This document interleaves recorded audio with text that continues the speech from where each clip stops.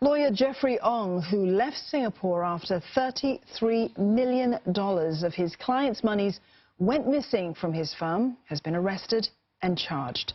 Police say he was arrested in Malaysia with the help of the Royal Malaysian Police and brought back to Singapore last Thursday.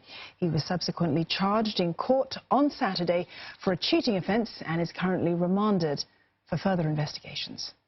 Court papers allege that the 41-year-old lawyer had deceived a company, CCJ Investments, into believing a loan agreement had been made with another company and got them to release $6 million. Of this, $3.3 million was used to refinance the other company's mortgage loan and the rest deposited into his firm's account. His firm, JLC Advisors, has been under investigation for weeks after $33 million went missing from its accounts.